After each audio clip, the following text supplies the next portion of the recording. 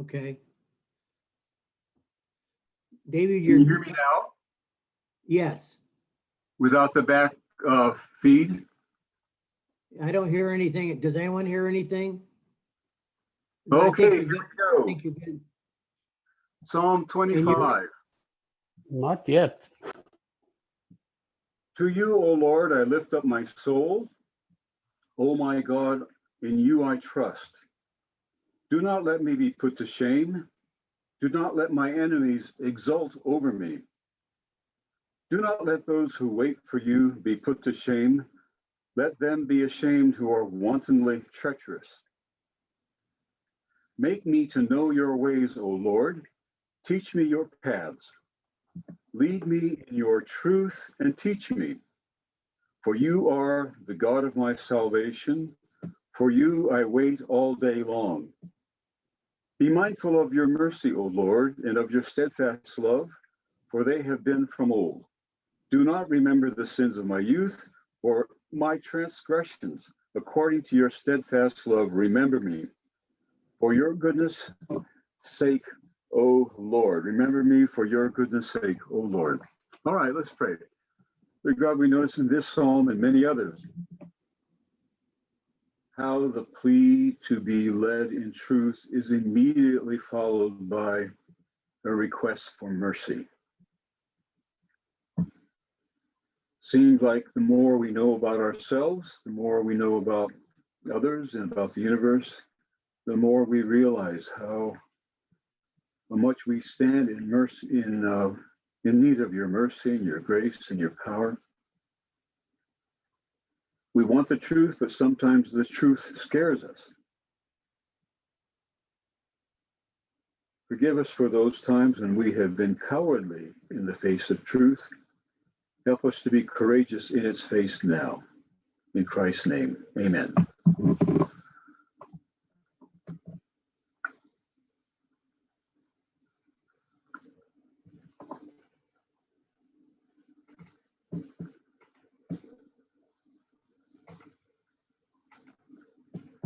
All right, here we go. This week, we are discussing Christianity and the different types of postmodernism. I'm pausing because I wonder if you hear me. Yes, you do. Okay, thank you.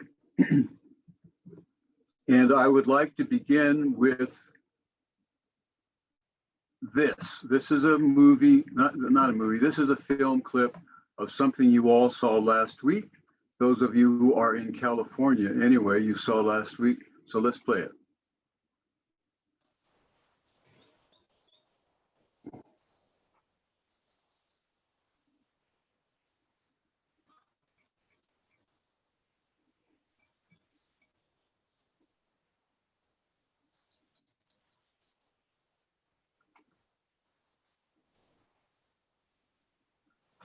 Thank the sheriff, the mayor, our police chief, captain, all the men and women in uniform. You're going to learn over the course of the next number of days and weeks about the heroism of the San Jose police, saved lives, deputy sheriffs that quite literally ran seconds after hearing about this incident without any consideration of their own lives, and did an extraordinary job to save other people's lives.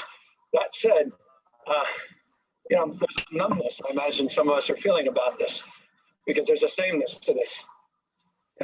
Anywhere USA, it just feels like this happens over and over and over again. Rinse and repeat, rinse and repeat. It wasn't that long ago I was standing out here talking about the tragic loss of two children, one in a mother's arms, the Gilroy Festival, just here in this community, down in Southern California.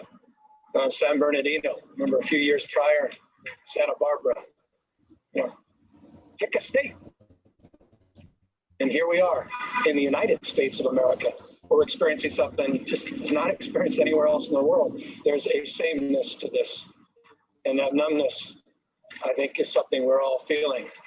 All of us gathered here today, looking at the scene, listening at governors, mayors, chiefs, speaking similar tone and terms, expression of condolences, all the right emotions and perhaps the right words, but it begs the damn question, what the hell is going on in the United States of America? What the hell's wrong with us? And when are we going to come to grips with this? When are we going to put down our arms, literally and figuratively, our politics, stale rhetoric, finger pointing, all the hand-wringing consternation that produces nothing except more fury and frustration, more scenes like this repeated over and over and over again. I say that not as the governor, I just say that as a father of four. I say that as a member of this community, cares deeply about it. So we'll have time to work through all of that. But one thing I just wanted to briefly speak to is the pain in those victims. We just had the privilege of spending the last few hours with the victims that are waiting to just learn if their loved one is still alive. They're dialing the phones, they can't find it. They're trying to go on and find a phone of a loved one. Waiting to hear from the coroner, waiting to hear from any of us, just desperate to find out if their brother, their son, their dad, their mom is still alive. Just imagine being in there. I know everybody wants all the answers to all these questions, but there's no more important question and no more important answers than the victims of this senseless and tragic shooting. And so I'm not just going to express my condolences. I'm not just going to express the usual platitudes. But let me just thank the heroism of those victims. The fact that they can even stand up and support one another is remarkable. What a human act. And so I just want to, we just want folks to know we're going to be there for the victims. I want folks to know, I'm here for you, Mr. Mayor, and the county, the state. And I know we have elected officials of all political stripes who want to be here for this nation. But it's time to deal with the pandemic before this pandemic of gun violence, the pre-existing condition that somehow sort of pushed aside last year, but now has raised its ugly head again this year. And wake up to this reality and take a little damn responsibility, all of us, to do a little bit more and a little bit better this time and move beyond the platitudes and the usual rhetoric that tends to mark not just these moments, but the aftermath of these moments. As all of you go away and this fades out of view, and then we rinse and repeat someplace else in this country. So again, to the victims, to those that lost their lives and the families lost their loved ones, yes, our hearts go out, but we are resolved to not make this meaningless, but to bring meaning at this tragic moment in our state and our nation's history. Again, thank you to all the men and women behind me and their courageousness and the incredible bravery that was demonstrable of the men and women in our San Jose Police Department and Sheriff's Office.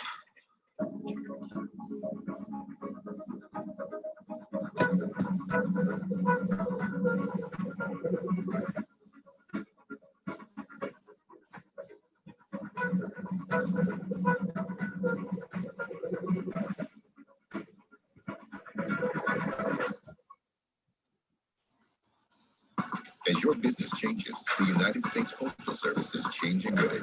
With e-commerce that runs at the speed of now, next day and 2-day shipping nationwide, and returns right from the doorstep. It's a whole new world out there. Let's not keep it waiting.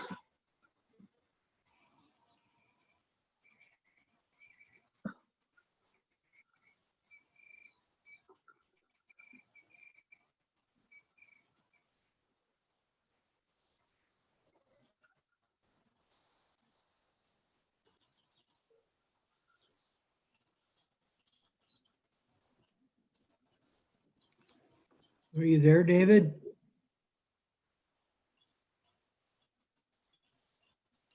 Yes, here we go.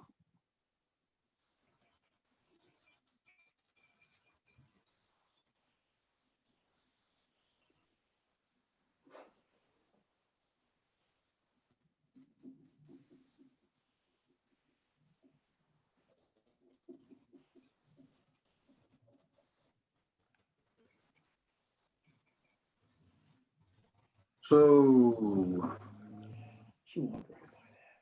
what's the hell wrong with the United States? What's wrong with us? Well, I hope we can keep those questions in mind as we move through what might seem like an abstract and theoretical and perhaps irrelevant discussion. I don't see it that way. I think what we're discussing is directly related to what the governor had to say after yet another shooting, this time in San Jose. So this is called Christianity and the different types of postmodernism. The theme is there are several types of postmodernism and some are better than others. So that's the only thing I want to convey today, really. I'll say a lot of other things, but if someone asks you what I said today, here's the answer. There are several types of postmodernism and some are better than others. That's the theme. And if you get that, you've got it all. And if you miss that, you've missed it all. Why this theme? Well, because some forms of postmodernism lead to what is called the post-truth society. And as Timothy Snyder from Yale University has said, post-truth is pre-fascism. That's the concern. Some types of pre-modernism are so negative in their consequences that we are beginning to see them on the street and in groups who are at odds with each other. This is a very delicate situation because, as Timothy Snyder says in his book, Believe in Truth, on Tyranny, 20 Lessons from the 20th Century. This quote is from lesson 10 out of the 20, which is called Believe in Truth. What he says is that when things begin to fall apart, as we're beginning to see now, people clamp down and they long for a strong leader in whom they can trust. And they are willing to give up many freedoms in order to have security. And so then we get a fascist form of government, very hierarchical, very authoritarian. The economy is ostensibly free, but it is under the heavy, direct determination of the leadership. Unlike communism, which emphasizes equality, fascism is very hierarchical and authoritarian in its structure. Because, as I've indicated, people are so afraid of chaos, they're willing to give up many, many freedoms for the strong man or woman. There's a man whose name is Stephen Hicks, who's written on post-truth societies and also on pre-modernism, modernism, and postmodernism. And in one of his books, he has this little scheme, which I think we can use to lay out these options. The first column is pre-modernism, the second is modernism, and the third is postmodernism. Okay, when it comes to metaphysics, which David, is your slides are not moving. Your slides are not moving. yeah, I hear. Now, why is that? Okay, let me back up.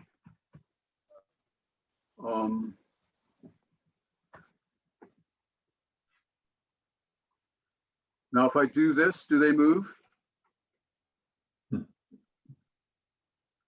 What happened now? They disappeared. They moved out. They disappeared. Okay. Now they reappeared, right? They've reappeared. Changes. Okay, now I need to get rid of this somehow. Now, if I do it this way, will they move? Yes. Okay, so it's not as working. nice, but let's do it this way. See if I can get rid of that too. Okay, so Christianity and the different types of postmodernism. I have suggested that this is the theme for today. There are several types of postmodernism and some are better than others. And I've been talking about Timothy Snyder's view that we are facing a post-truth society, which is pre-fascism. Again, as people become fearful and society becomes unglued, they turn to a strong leader and are remarkably willing to give up their freedoms in order to be secure. So that's the situation I think we're beginning to see today in our country and elsewhere. And I think it's quite alarming. On the one hand, we see the societal disruption, and on the other hand, we see a longing for a strong leader who perhaps claims too much, but gives people the impression that he and he alone can save things. So here is this Stephen Hicks typology.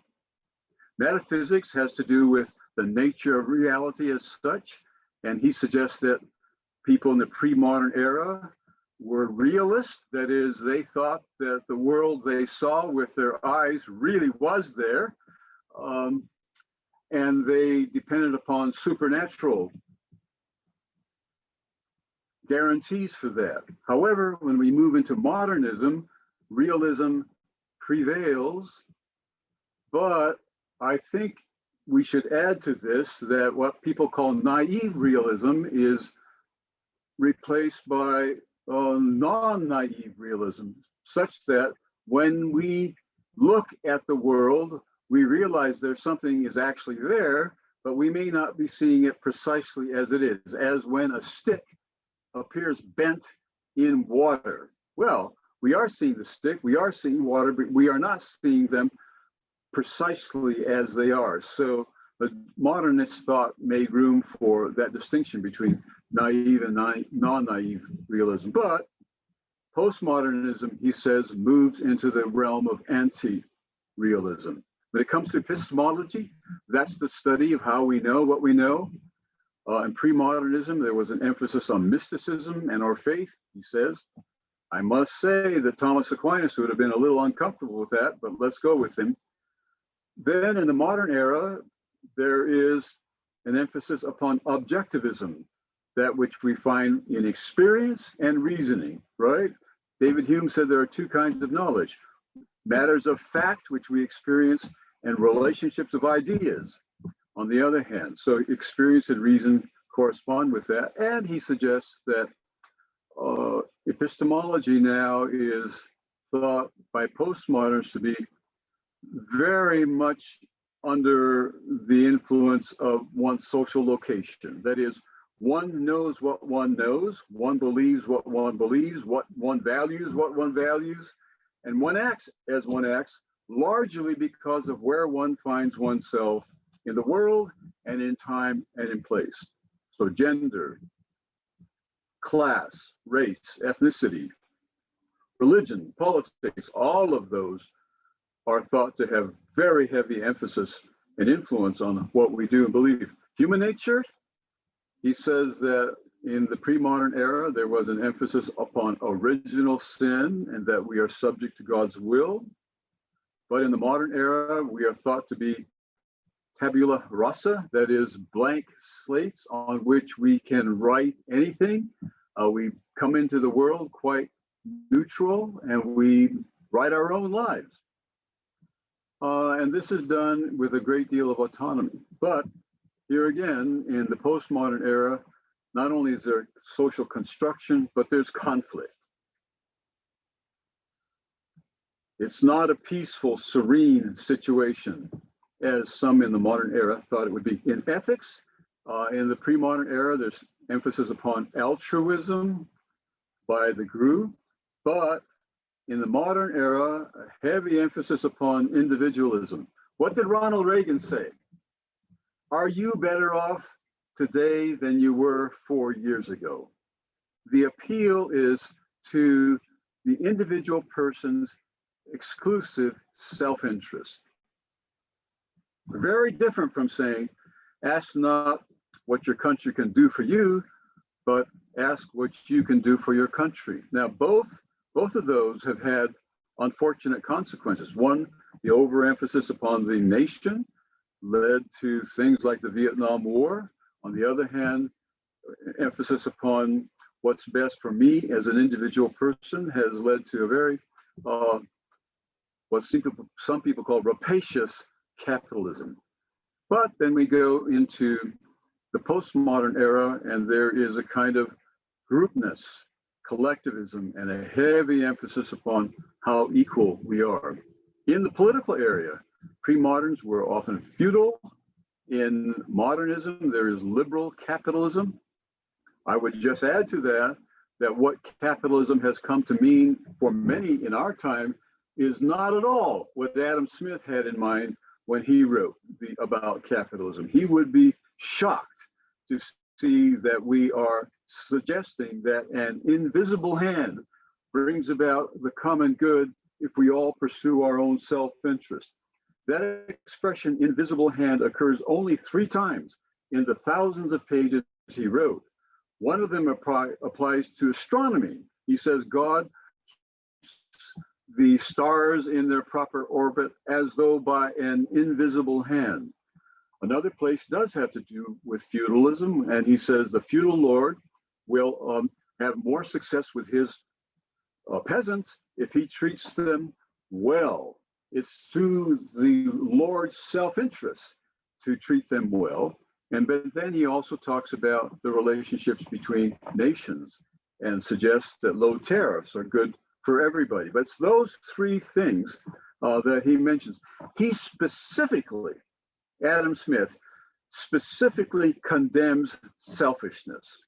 He calls it gross and offensive. There was a man named Mandeville who wrote in favor of selfishness as the view upon which society should be built, and he, Adam Smith, thoroughly condemned that. For him, self-interest and selfishness are different. We are to act in harmony with our self-interest. We are not to act in harmony with our selfish interest. The difference is that self-interest is informed by Adam Smith's understanding of the human self as relational.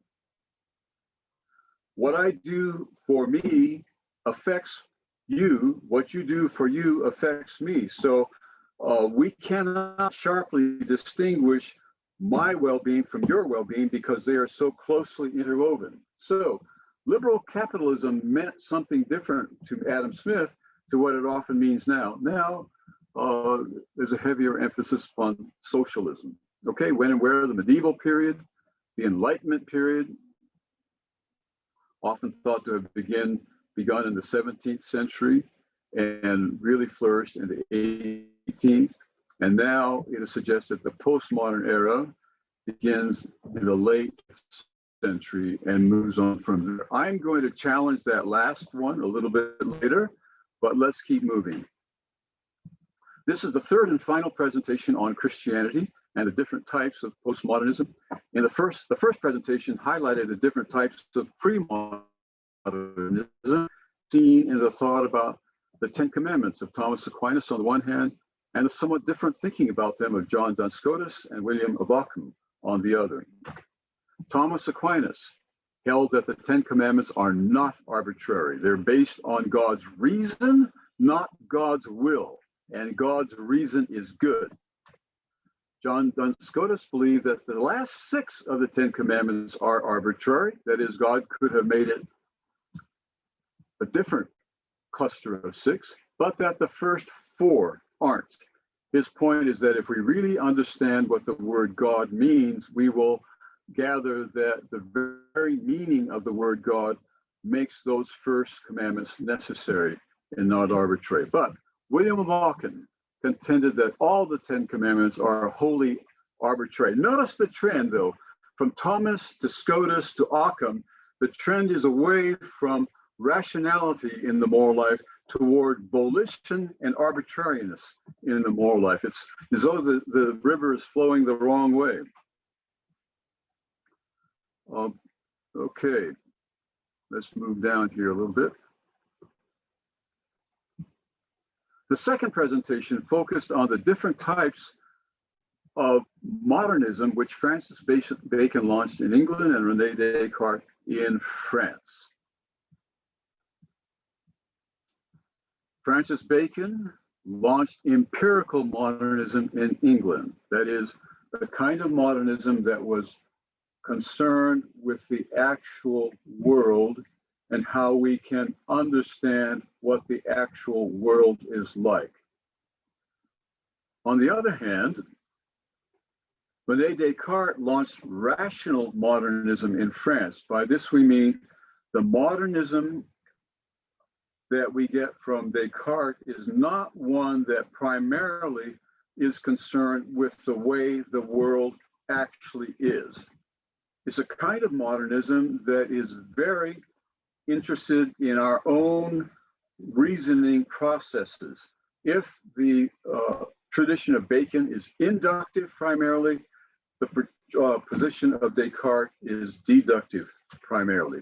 Now, I made up this little chart, and I think it's the most important thing along the way. And what I'm suggesting to you is that the books that say again and again and again that the modern era began with René Descartes are only partially true. The modern era began in France that way, but began in a very different way in England, and that difference between French and Anglo-American modernism feeds into French and Anglo-American postmodernism in very decisive ways. Okay, when it comes to how sure we must be about what we believe, Francis Bacon settled for probability. René Descartes wanted absolute certainty. Francis Bacon said we investigate the data by finding out what is true, what is false, and comparing them all. René Descartes wanted to find a firm foundation, conceptual foundation, on which to build his whole structure of thought.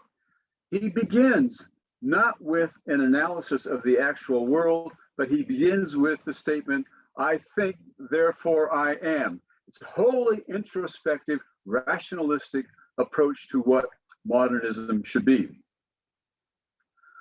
In the inductive method of Bacon, it's not just inductive, but you have alternating as you go up the scale of study, observation and generalization. So there's observation and then generalization checks the observation. Then there's new observation and generalization as one goes up. Bacon does not say that the scientist just looks at the data as such, and from that data comes up with a vast, significant principle of integration. Rather, he says there is a step-by-step approach. But again, René Descartes is not talking about alternating positions of observation and generalization. He's talking about introspection. I've mentioned that the two are different in that one is inductive and the other is deductive.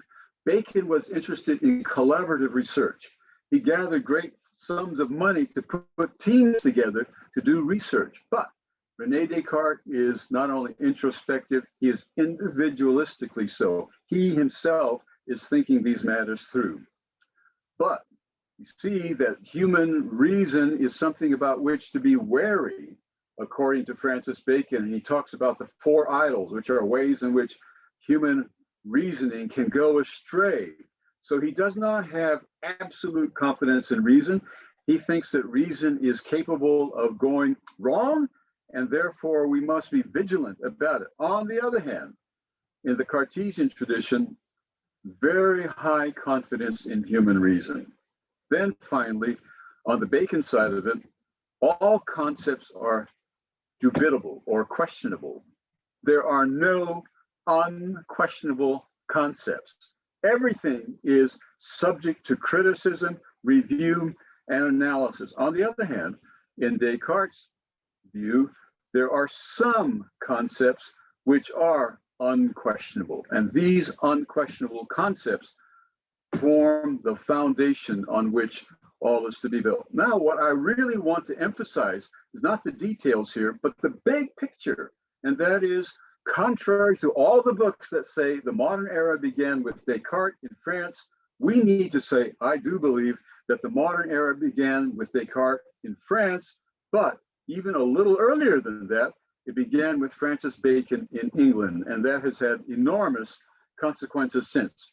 Because it claimed more, disillusionment with modernism has been somewhat more intense and sweeping in France than in England. Get a lot more pessimism among some of the French thinkers. The two primary types of modernism are roughly related to the two primary types of postmodernism. So that's why this is sort of setting things up. Now, I'd like to mention a person here and quickly run through some of her books. This is Nancy Murphy, who is a philosopher of religion and a philosopher of science over at Fuller Theological Seminary. She has doctorates in theology from the Graduate Theological Union and in philosophy from the University of California at Berkeley. And she has been teaching for a long time at Fuller here in Pasadena. And I just want to trot through the titles of some of her books, not to linger with any of them, but simply to establish her credentials, because I want to quote her later on, and I want you to feel that I'm quoting somebody who knows what she's talking about. So here we go. Just looking at the title of these books that she's written. A Philosophy of the Christian Religion. This is, I think, the most recent book that she's written, and I myself am reading it right now. Anglo-American Postmodernity. I want to return to this one in a little bit. Another book, Beyond Liberalism and Fundamentalism. Bodies and Souls, or Spirited Bodies. Nancy Murphy has an understanding of the human self that is very much like the Adventist one. That is, we cannot separate body and soul, but body and soul are integrated all the way up and all the way down. Chaos and Complexity. Scientific Perspectives on Divine Action. Did My Neurons Make Me Do It? A book on biology and human freedom. Downward Causation and the Neurobiology of Free Will. Downward causation suggests that, in colloquial language, that the whole is greater than the sum of its parts. And that is true in the scale of life as well as in normal life. You can have all the parts of an automobile on your garage floor and not have an automobile unless they're put together in a particular way. And so when they are put together in a particular way, the automobile is much more than that pile of automobile parts. And her view is that as we go up from physics, chemistry, biology, and so forth, there is downward causation in the process, the upward process. Okay. Evolution and Emergence. Human Identity at the Intersection of Science, Technology, and Religion. Neuroscience and the Person. Philosophy, Science, and Divine Action. Quantum Cosmology and the Laws of Nature. Again, scientific perspectives on divine action. Reasoning and Rhetoric in Religion. Reconciling Theology and Science, a Radical Reformation Perspective. Nancy Murphy was reared a Roman Catholic, but she became an Anabaptist and looks at the world through that perspective. That is, one who has been informed by the very universal sweeps and claims of Roman Catholicism on the one hand, and the very particular and specific and biblical resources one finds in the Radical Reformation or the Anabaptist tradition. You remember that in the 16th century, there were three Reformations. There was the Magisterial Reformation with people like Martin Luther and John Calvin and Zwingli. And then there was the English, there was a counter-revelation, the Catholic revelation, counter or Catholic Reformation. But then there were the radical reformers. These were the Anabaptists because they believed in baptizing only adults and not infants. They were more thoroughgoing in their reforming efforts.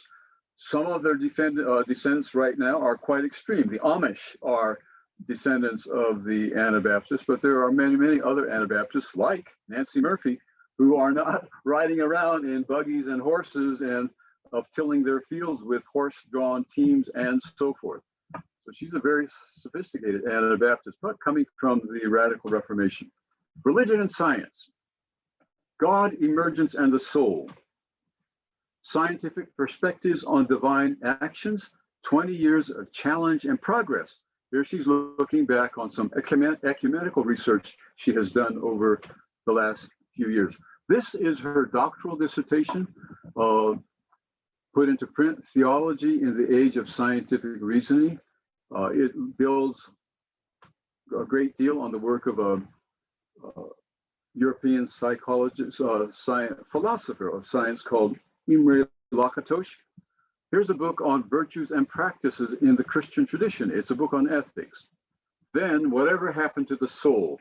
Here's the one that she spells out a view of human nature, which is very much like what Adventists believe. Nancy Murphy has been a guest on Adventist campuses many times. She feels comfortable with Adventists and enjoys the company of people who are thinkers in the Adventist world. But she did say on one occasion to us that this book has brought her more stress and discomfort than anything she's ever printed, because people do not want to give up the idea of the immortal soul.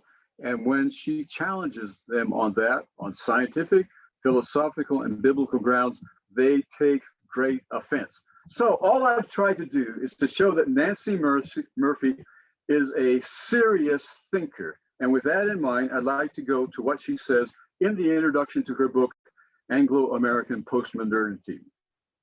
She says, the term postmodernity is now in vogue, and I have taken the risk of using it in the title.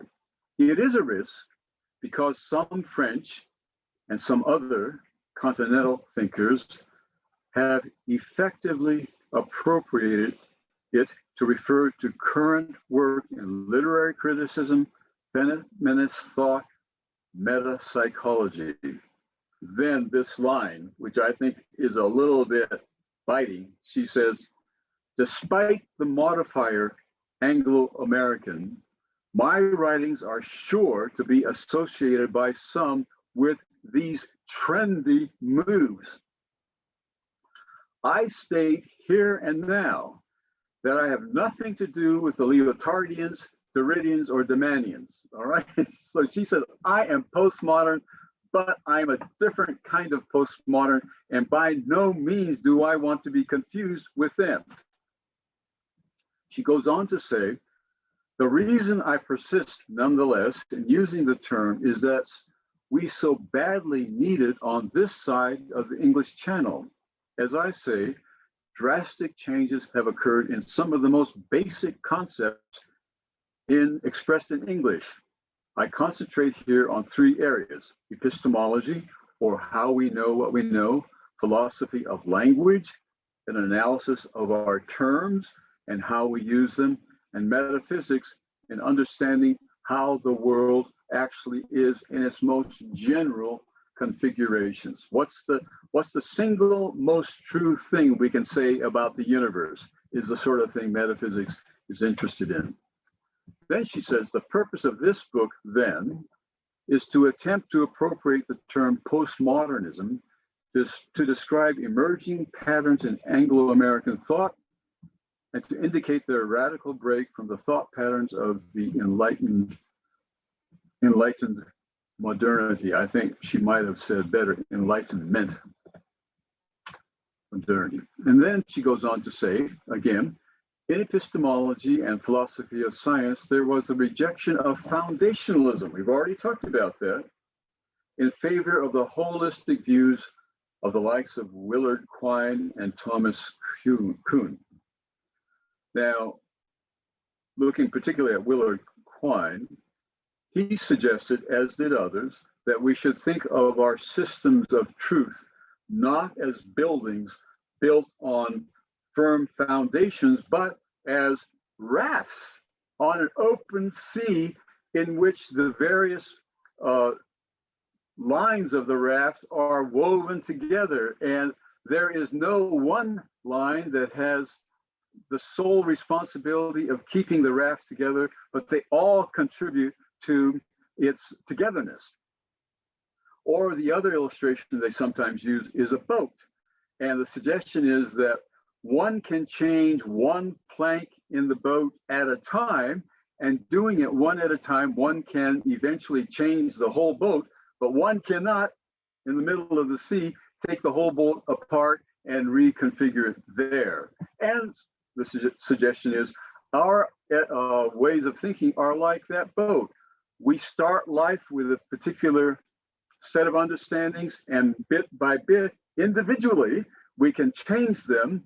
But if we try to change them all at once, we're going to be in trouble. This is why I've said to a number of medical students who are not Seventh-day Adventists, don't change your religion in medical school. Participate in the Adventist world all you can if you like, but don't make a big decision that changes your whole life because the way of life you've had was good enough to get you here. So keep with it, and gradually, over time, incrementally, piece by piece, change your worldview, but don't do it all at once, because that results in existential pain. People just sort of fall apart. It's called the shaking of the foundations. So we don't want to do that, says Quine. Okay, in philosophy of language, there was a shift from theories based on reference or representation to a focus on the social uses of language. This is one of the most important issues here, because in postmodernism, language is often thought not to refer to things in the world, but to other terms in the intellectual system and to how the term is used. Let me give you an illustration. One of the best postmoderns in this regard was a man named D.Z. Phillips from Wales. And he taught at Claremont for a long time, and half-time there and half-time in the United Kingdom, which has been the tradition at Claremont to have people teach half-time here and half-time in Europe. He died in Wales, in a library in Wales, but he continued a tradition at Claremont of having a philosophy of religion conference every February, which was free, and anybody could go, and there were the best philosophers from around the world there on different topics. And he was a jovial, almost like a Santa Claus kind of figure. And on one occasion, I asked him, Professor Phillips, to what does the word God refer? And he said, you can't ask that question. That question is nonsensical. The word God doesn't refer to anything. It refers to how we use it. So when a person like him says, I believe in God, that does not mean they believe that there is some actuality outside of their minds to which the word God is referring. They are you're thinking of the word as it's used in their system of thought and as it is used in everyday life. Now, let's be clear, understanding the functional, non-referential use of language has been very helpful. So let's not have a kind of narrow-minded view that says all rejections of representative language is an error. No, but it can be taken too far. We need to understand how we use the terms in everyday life and how the terms we use fit in with other beliefs we have. But we need to hang on, I think, to the idea that words actually do refer to things outside of our minds. Okay, that's found especially in the works of J.L. Austin and Ludwig Wittgenstein. D.Z. Phillips was a student of Wittgenstein.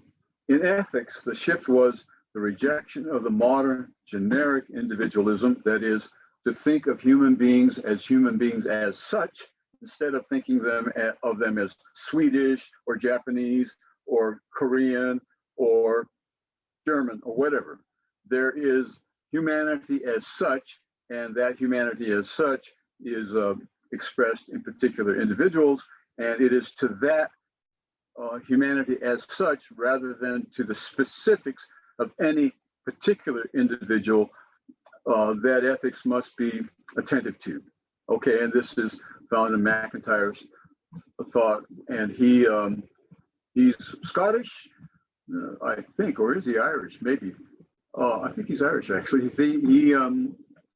He suggests that we need to find our moral guidance in large traditions, like the tradition of Aristotle, or the tradition of Confucius, or the tradition of Mao Zedong, I guess. The idea is that there is no universal truth, but there are truths that are very plentiful in these big traditions. And we ought to know what the tradition is we find ourselves in and act in harmony with the best of its moral guidance. Now, for me, well, here first, this is still in Nancy Murphy. I argue that there has been a similar revision of views of the relation of parts and wholes. Remember the automobile parts and the whole automobile, reflected in science and other branches of philosophy, and thus that a metaphysical shift has occurred. The rejection of modern atomism, that is, reducing everything to its smallest possible expression, and reductionism, which is the same process. So the scientific method is about reducing and analyzing things to smaller and smaller and smaller and smaller units, down to the atoms and to subatomic things as well. And her point is that reducing everything to its smallest possible expression and not taking account of the whole, but only the parts, has been a problem. And I think she's right. So here's some of my own thinking. Well, without endorsing all of it, I cite Nancy Murphy's work as an illustration of a type of postmodernism about which we hear less.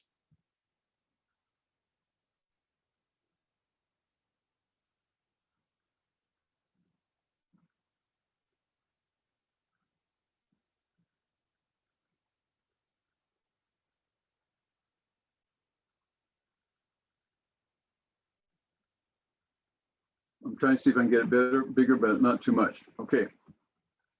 But some types of Anglo-American thought have had negative cultural consequences too. So I don't want to leave the impression that all the French philosophers got it wrong and all the Anglo-Americans got it right. No, it's not quite that simple.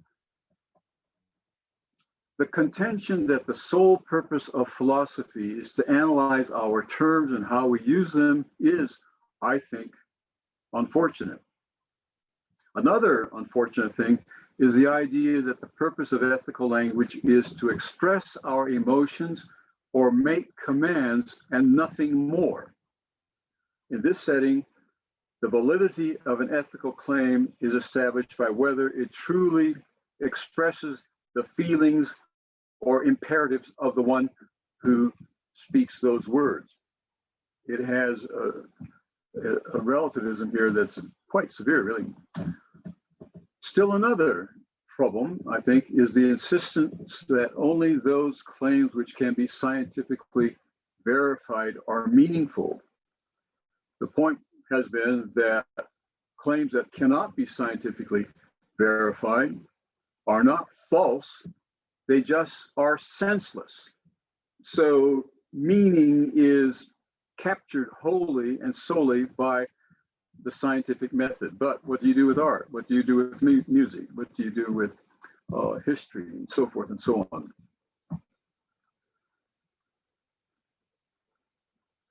These are, to me, I'm speaking of myself now, these are to me expressions of Anglo-American modernism or postmodernism, which are extremely relativistic and reductionistic, and I think it's widely been concluded that that is so, and they are not as popular now as they once were.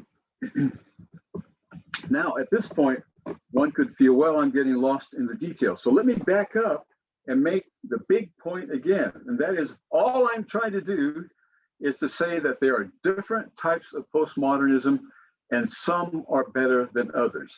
Postmodernism is not exhausted in the names of people like Derrida and Lyotard and Foucault. Postmodernism has different forms, different places, and different forms of adequacy, different degrees of adequacy. And that's a very, very important point. It's a simple one. Keep that big point in mind as we go through these details.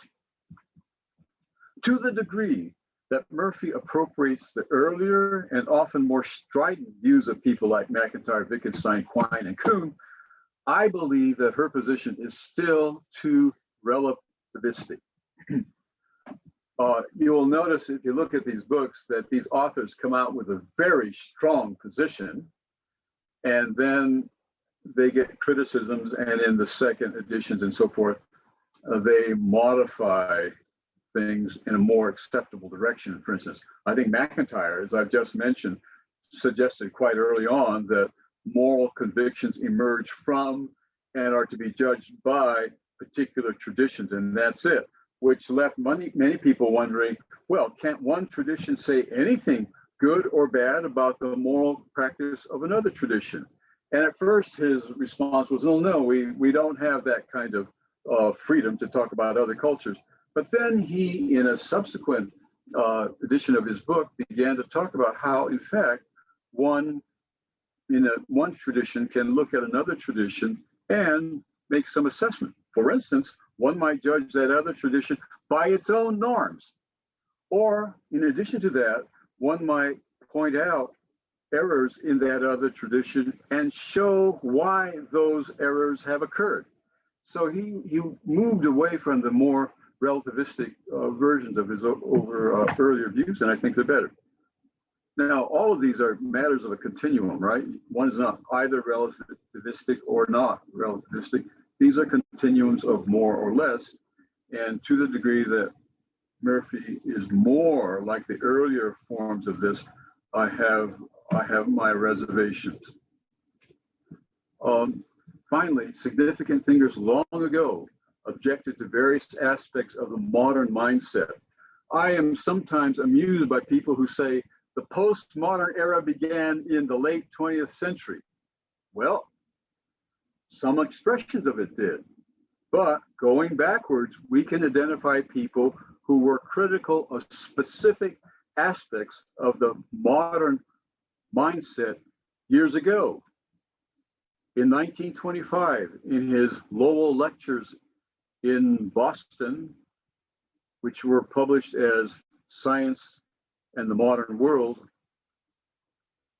Alfred North Whitehead took aim at what he called scientific materialism, an overly rigid reliance only on scientific methods. Now, he and Bertrand Russell were really accomplished in the area of mathematics, and he knew what he was talking about. He just felt like science had become too sure of itself and too domineering over all the other disciplines. Freud, of course, helps us to understand how much of what we do is driven by subconscious dynamics that really calls into question the Descartes' confidence in reason. Karl Marx helps us to understand how much of what we think is conditioned by our social economic class.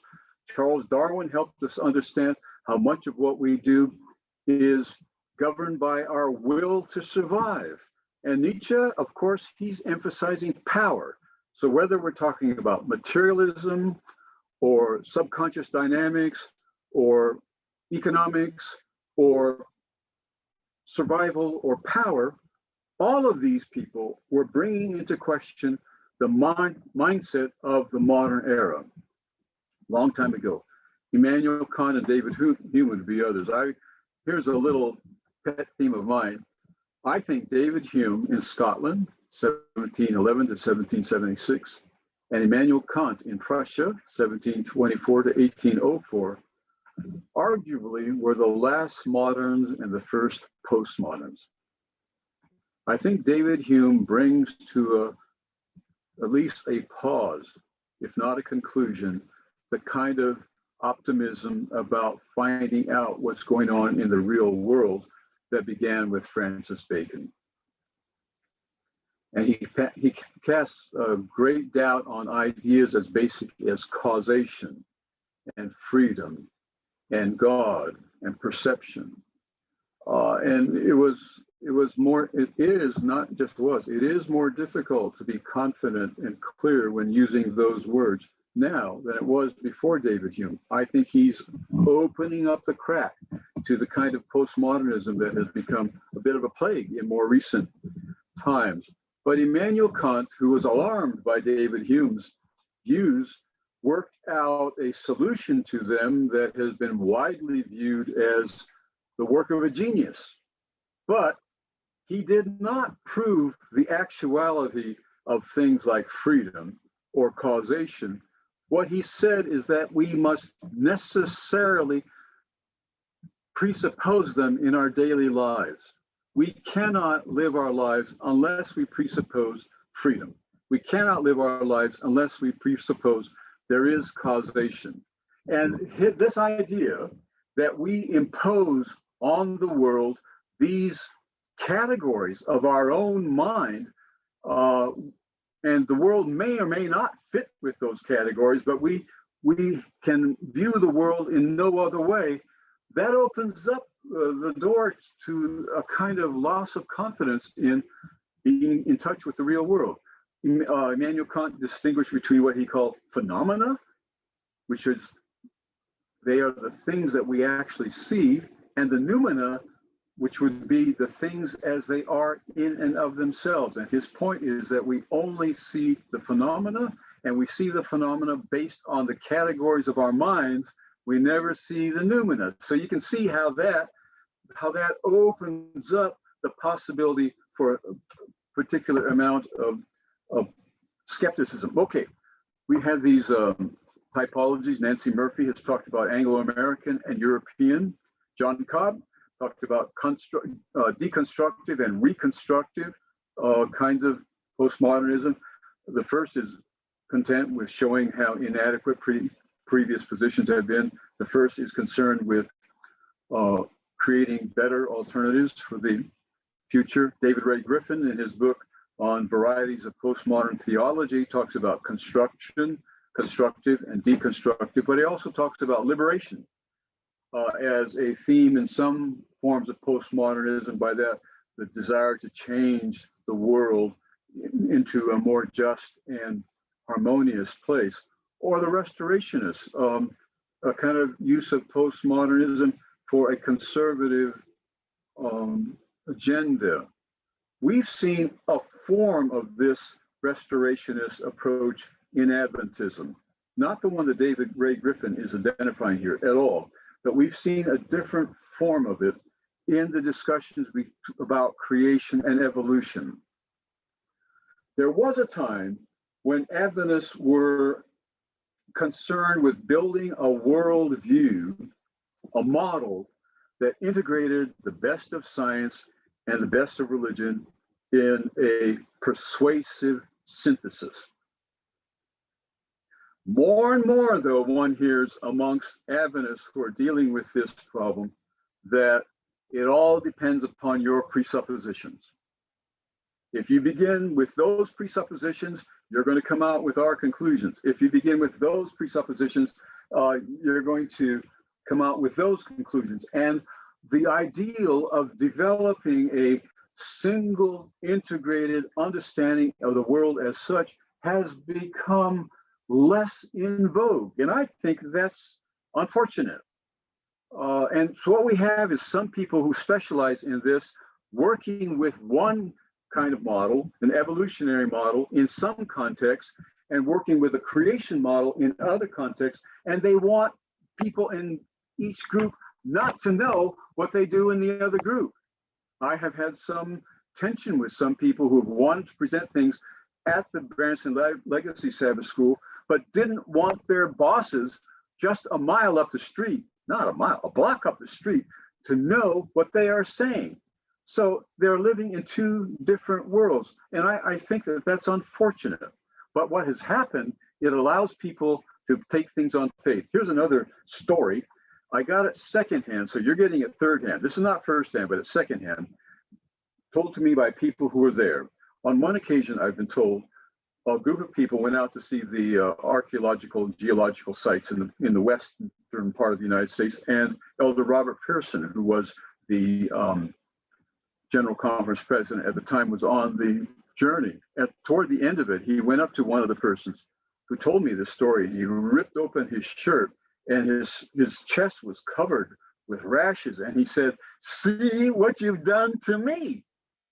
He felt the power of the evidence, and it was hurting him. Sometime later, a different General Conference president took that same trip, and at the end, he was asked what he thought, and he said, "Well, that's all very interesting because it doesn't matter, because I take creation on faith." All right? Just didn't have to deal with it. Well, that kind of thinking, I believe, is unfortunate. A fellow down at the University of Otago in New Zealand talks about skeptical postmodernism and affirmative postmodernism. As a matter of fact, that distinction between skeptical and affirmative runs all the way through all the disciplines in the English-speaking world now. By no means just in New Zealand, it's everywhere in all the disciplines here. But then he also talks about New Age postmodernism and critical postmodernism. And this would be another typology. Now, let's go back to Governor Newsom and his questions. What's the hell is going on in the United States? What is wrong with us? I'm going to make these suggestions. All the wars it has fought have left it exhausted in every way. The amount of money and the amount of blood that Americans have given up in wars over the last 100 years is just staggering. And we don't have enough money to do other things. And our infrastructures are crumbling for this and other reasons. 2, American incomes from middle-class families are not keeping up with inflation. 3, American views and values have not overcome the horrible legacy of slavery. 4, legal and illegal immigration have left many Americans feeling displaced, and sometimes this is what is actually happening to them. 5, a culture of assimilation is being replaced by one of deep multiculturalism. We have to be careful here because the multicultural critique of assimilation has a lot of power, but when that, and not a lot of power and helpfulness, but when that multiculturalism comes so deep that people cannot talk across cultural lines, it is a big problem. You've heard me say before that there are more than 200 languages spoken in Los Angeles County. Each language is the tip of the iceberg of a culture. And if the differences of these cultures are emphasized too much, we don't have loyalty to the common good. And I fear that some expressions of some forms of multiculturalism have left us there. The Vietnam War, Watergate, and so forth have disillusioned many, the ecological crisis. Now, the preceding list has only one purpose. It is to make clear that the citizens of the United States and other nations are being beset by a number of different factors. There are others than the ones I've listed. Better ones could have been listed by those who are more knowledgeable. So I'm not trying to act like some informed sociologist, because those who are informed sociologists could come up with a much better list than I did. But having said that, it is permissible to assert that the extremely relativistic types of postmodernism are contributing to the emergence of post-truth societies.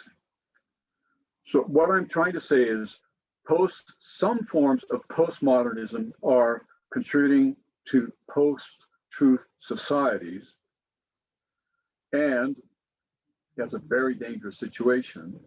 But I'm not trying to say that that's the only thing that's contributing to a post-truth society, and neither am I saying that all forms of postmodernism are contributing to post-truth society. So it's a more complex thing than one might initially think. So here's a detour. The situation is complicated because some Anglo-Americans have imported terms and concepts of the often more relativistic continental postmodernists without always being sufficiently sensitive to the different cultural contexts which give them somewhat different meanings. Words which have the same dictionary meaning in Paris, London, and Boston sometimes have slightly but significantly different meanings in the seminars and streets of those cities. Okay, here are some illustrations. Some who are very critical of objective truth are from places where objective truth meant absolute certainty. You know, denying objective truth in a context where it meant absolute certainty is different from denying it in a context which did not think of it as absolute certainty. Some who are very critical of human reason are from places where there has been too much confidence in it. I've tried to suggest that Bacon had a more realistic view of human nature and human rationality than did Descartes. Some who are very critical of meta-narratives are from places where it was long thought that human history is inevitably moving toward paradise of some sort. You know, so the one that's most immediately at hand for our discussion here is totalitarian Marxism, and the view that Marx understood history such that it could be depended upon as a prediction of what, as a matter of fact, actually would happen. And quite a few of the most relativistic postmodernists are disillusioned Marxists. When they say meta-narratives no more, they mean no more Marxist meta-narratives or anyone's like them. Now, there's nothing wrong with a meta-narrative. In fact, we all have meta-narratives, and Adventism has a great one. It's called the Great Controversy, or the Story of Redemption, or the Plan of Salvation. It's a meta-narrative. But the big difference is that Marx's meta-narrative was based on determinism and inevitability. But the meta-narratives that we know best are based upon freedom, and there's no guarantee that paradise will eventuate. There are many, many prophecies that were never fulfilled in the Bible because the people use their freedom in a wrong way. So the point is not to reject meta-narratives as such. The point is to reject meta-narratives which place freedom in the back seat and put determinism in the front. Some who are critical of ethical norms are from places which sought ethical commands with absolutely no exceptions. Kant's categorical imperatives, unconditional, absolute, no variation whatsoever from them. Well, that's different from a school of thought that has said we have moral presumptions which say this is the way we ought to act in the vast majority of circumstances, but there are times when it might be appropriate to have an exception. No, if you come from a culture which says the moral life has to be governed by absolute, conditionless moral expectations, you're going to get a reaction which says, well, there are no absolute moral truths. Okay, now back to post-truth societies. We need to talk about post-truth, the meaning of post-truth at the individual and the group level. Individual citizens in post-truth societies base their decisions on emotion, prior beliefs, and group memberships, then on publicly available evidence and publicly tested reasoning. Groups in post-truth societies typically do not claim that there is no truth to be had. More often, they claim that truth is havable, that they alone have it, and that the only way to know that they have it is to join them. The problem then is not that No one claims to know the truth. Everyone does. The difficulty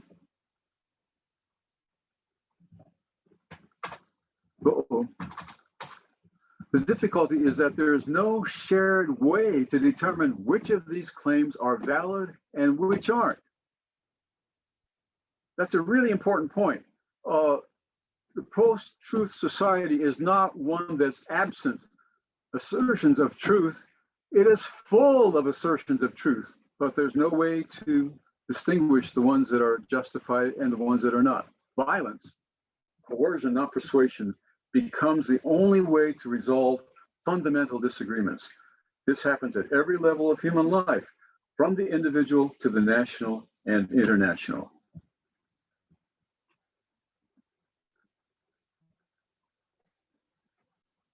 Okay.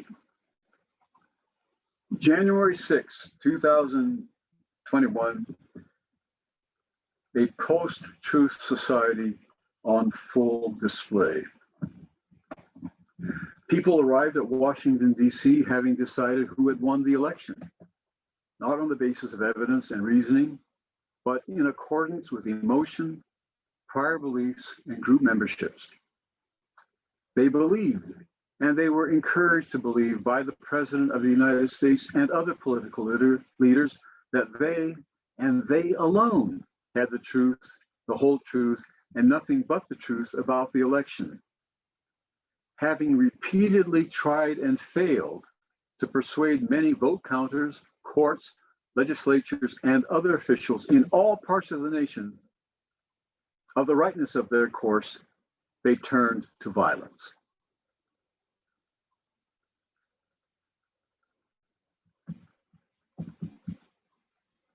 That's what a post-truth society looks like on a bad day. Now, I want to come to an end here by talking about how important this issue of truth is to different constituencies. As manifest in the expressions present truth and being in the truth, truth is very important for Seventh-day Adventists. Present truth means two things, right? Present truth refers to what actually is the case right now. The temperature outside is XYZ degrees, but present truth also applies to what could be the case right now. In this sense, in this aspect, it is a selection from all the possibilities that there might be for the most relevant and helpful possibility for this juncture in human history. This notion of present truth in both its factual and its possible meanings is very important.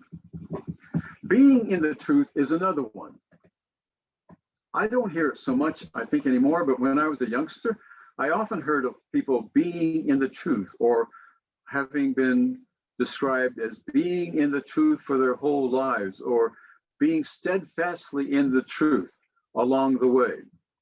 Now, there are those who are not comfortable with this kind of language, but I think they're misunderstanding it. Being in the truth is different than having the truth. Think of a fish as a denomination and the ocean as the truth. Being in the truth does not mean having the truth. The fish does not have the whole ocean. But quickly we add that the fish does have a portion of the ocean moving through its body. So the fish is in the truth and the truth is in the fish, but the fish can never claim to have the truth. I want to mention this because here's a book. I don't know if you can see it. I think it's called Who's Got the Truth? And on the front there are pictures of George Nye, Jack Sequeira, Maury Benden, and my father. And the title is Who's got the truth? That's terrible language, isn't it? Who's got the truth? Well, nobody's got the truth. It's a terrible title. Nobody has the truth, but we are in the truth like a fish is in the ocean. And we need to be confident of that and appreciative of that. As signaled by the 100 or so times the word truth occurs in the New Testament, 25% of them in the Gospel of John alone. Truth is important for all Christians and not merely Seventh-day Adventists. But as seen in the Truth and Reconciliation Commissions, truth is important for people, especially for all people, I should say, especially for those who are oppressed. Rarely do victimized people disparage objective truth because they know that it will set them free as nothing else will. Although there are exceptions, extreme relativism is a luxury of the rich and the powerful. A proposal. We all have or should have the legal right to believe whatever we want, providing we do not hurt others. But we all have an ethical obligation to believe only those things which are warranted by the best possible reading of the most available evidence. This is a very strong moral obligation that rests heavily upon all of us. We do not have moral freedom to believe whatever we want to believe. We have legal freedom to do that. We do not have moral freedom to do that. We must dovetail our beliefs to the best evidence and to the best reading that we can come up with. Now, there are some things some people say they believe that they shouldn't say. For instance, is it okay to say that vaccines for COVID-19 are dangerous at this point? No, it's not okay to say that. That's false, and we shouldn't say it. It is possible to say we want to wait a little longer, or maybe a lot longer, to see what the results are. That's fine. It's possible, justifiably, to say we have a hunch that this might not work out well because they have skipped many of the processes of reviewing the vaccine in order to get it out more quickly. Or it's even possible to say, I just have a hunch that this is not quite right. All of that's okay, but assertively to declare as a matter of fact that vaccines are not safe now is contrary to the best reading of the most evidence, and it is wrong to talk that way. Is it okay to say that the election was stolen from Donald Trump and given to Joe Biden? No. That is not true. Maybe in the future it will be shown to be true. But now, the best reading of the most evidence suggests that Mr. Trump lost that election as fairly as anybody ever lost an election in this country. And yet he and others keep saying that it was stolen. It was not stolen. We ought not to be quiet when people say it was stolen. Again, they can express worries, they can express hunches, they can express beliefs that probably something is wrong, but assertively to state as a matter of fact that the election was stolen is false at this point in time, and it is not morally permissible to say that.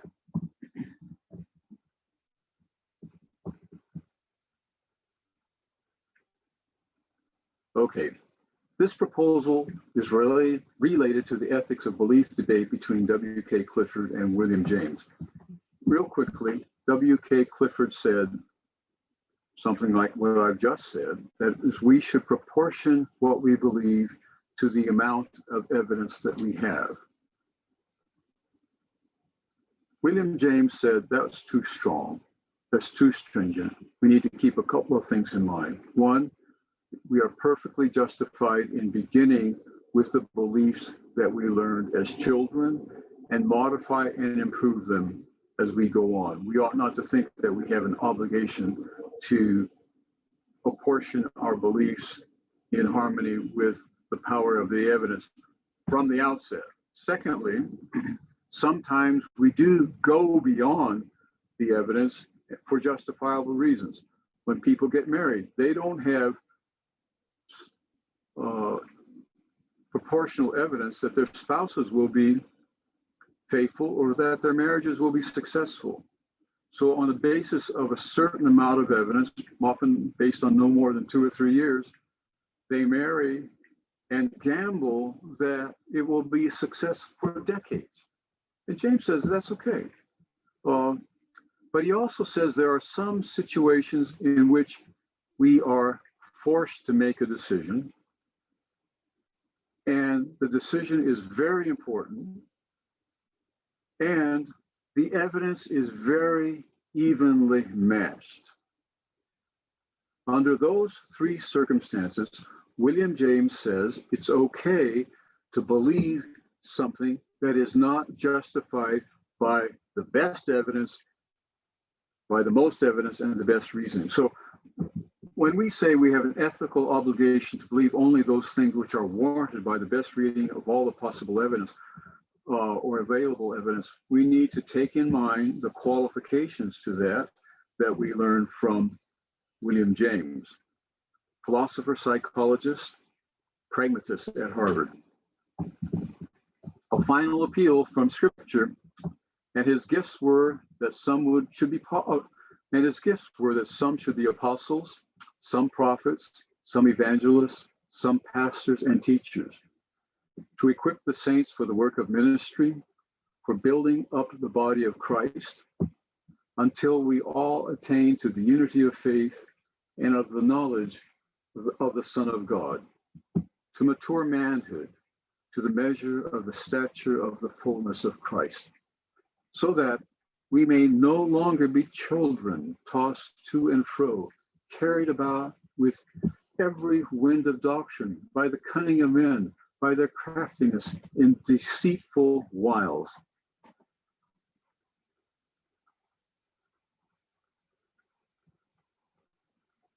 Okay. Let's go down here.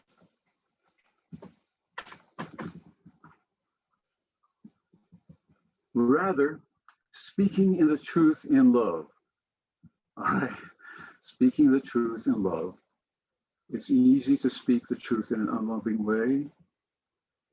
And it's easy to not speak the truth in hopes of being loving.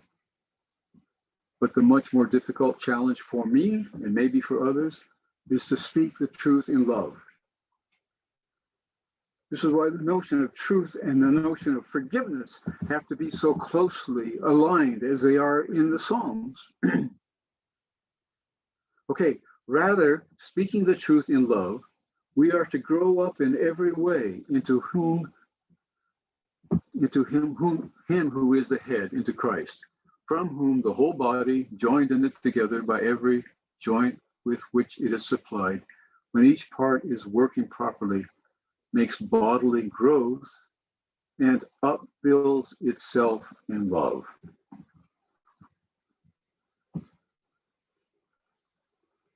Well, that's as far as I can go today, Forrest. Shall we take a break?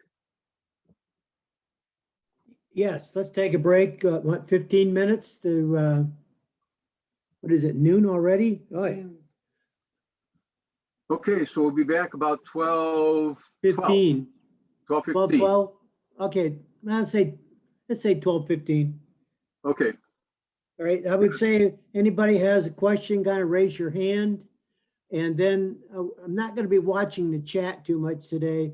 So if you just want to get in the queue, raise your hand and I will do what I can to put you on the line. Or as they say, the queue. All right, see you at 12:15.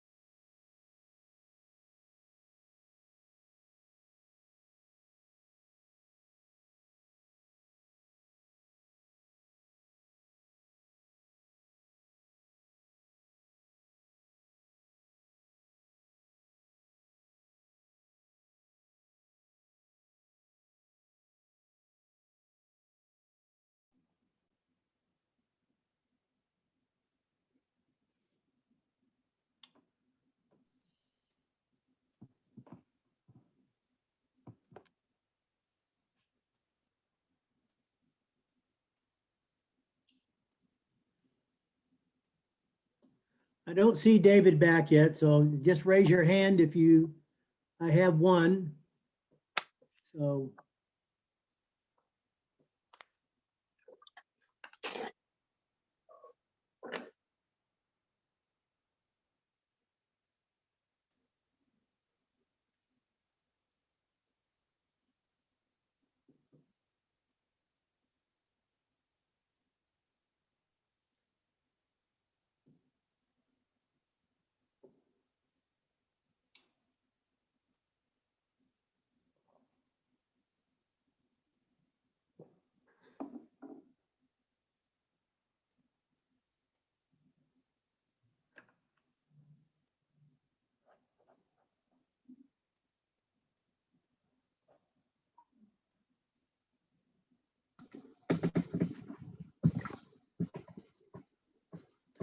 Okay, David, you're back.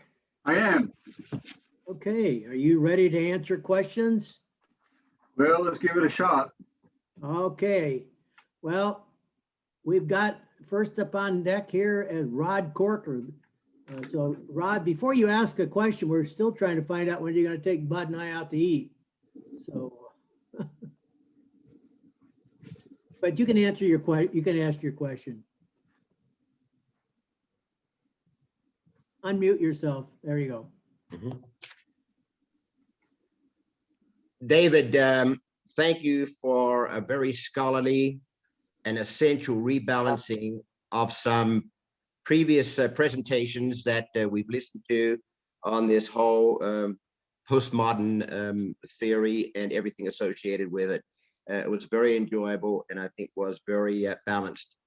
I want you to check me on some of my takeaways because I could be wrong on all of them or most of them, but I want to know that I got the essential messages this morning. The thing that concerned me most is the expression post-truth. I don't know that I or we can survive in a post-truth environment. And I don't know that we actually have to, but that's the most troubling expression that I heard this morning. And it might be true. I just am very resistant to the notion that truth is going to continue to dissipate, because in my life, it certainly is less valued, it's less prized. And it's not a world that I would embrace looking forward. I don't want to live in that world. But in today's world, we do see a battle for science, competition of what science is and isn't. We have fact checkers. We have fact checkers having to check the fact checkers because science is so politicized. Not the science of my education and what I trained into being a science, but there's competition amongst science and changing definitions of what science is and science isn't. And some of the golden rules of science have been thrown out of the window the last couple of years because it's been so politicized. There is such a swirl of information out there that it's very difficult for the average Joe, and I'll put myself in the average Joe, to pick through this swirling information of what is truth and what is not truth. But it seems to me that my takeaways are, and please redirect me on this, is avoid single schools of thought, avoid single colleges of persuasion, whether they be French or British, American or whatever. There's a trap in thinking too narrowly. Avoid single narratives, stay open. Avoid, that to me means avoid single news feeds. If you're just listening to CNN or Fox News, you're on a single news feed. And the same goes for virtually any other station today that we might tune into. And so it's a real importance here in my understanding here that we have to stay open to other schools of thought and other narratives. And so we have to beware of the suppression of information. We have to value our freedoms, freedom of expression and freedom of information. Once that gets compromised, once that is taken from us, we're down that towards that road that where you started. the words of totalitarianism, authoritarianism, fascism. They make my skin crawl, and I think most people's skin crawl. But there's a pathway to that. There are markers for that we need to understand. I don't believe they're really left or right. They are the product of a changing culture, and we need to monitor that culture and our place in that culture. So beware of narrow curriculums, or curriculums that are narrowing, that are canceling history, replacing history. Beware of cancel culture, changing reality. Fascism, authoritarianism, totalitarianism has its markers. And some of those markers are the suppression of debates, mandated curriculums, increasing street violence, increasing anti-Semitism, the destruction of books. I remember a very compelling memorial in Berlin when I visited there last time. And you look down through glass ceiling into a library where there are no books anymore because the Nazis destroyed the curriculums and the books. And the memorial plaque stated, first they destroy the books and then the killing begins. They go together. They're just not that far apart. Fascism, as I say, I don't believe it's really left or right. It has some critical markers, comes from a shifting culture, but we need, I'm going to stop here, but we need to understand what those creeping fascist markers are, and understand they're around us and in front of us. And if we don't recognize them, then fascism will be on us before we even know it's here. That's my comment. Well, I think you said it more directly and powerfully than I did.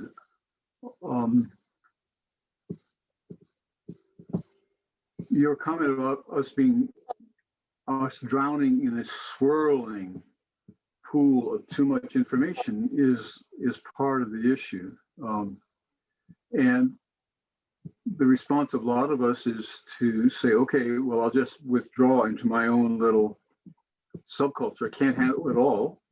So I'll withdraw into my subculture and things make sense within that.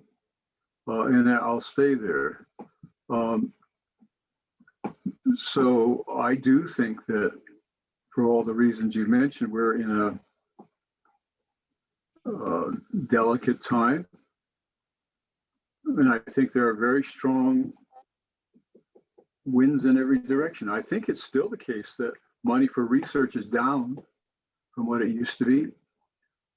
And that's very troubling and very troubling. On the other hand, there's a renewed interest in STEM, right? Science, technology, engineering, and math, I think it is. So there are these countervailing forces. But look at the humanities departments across the land. Most of them, or many of them, are in big trouble.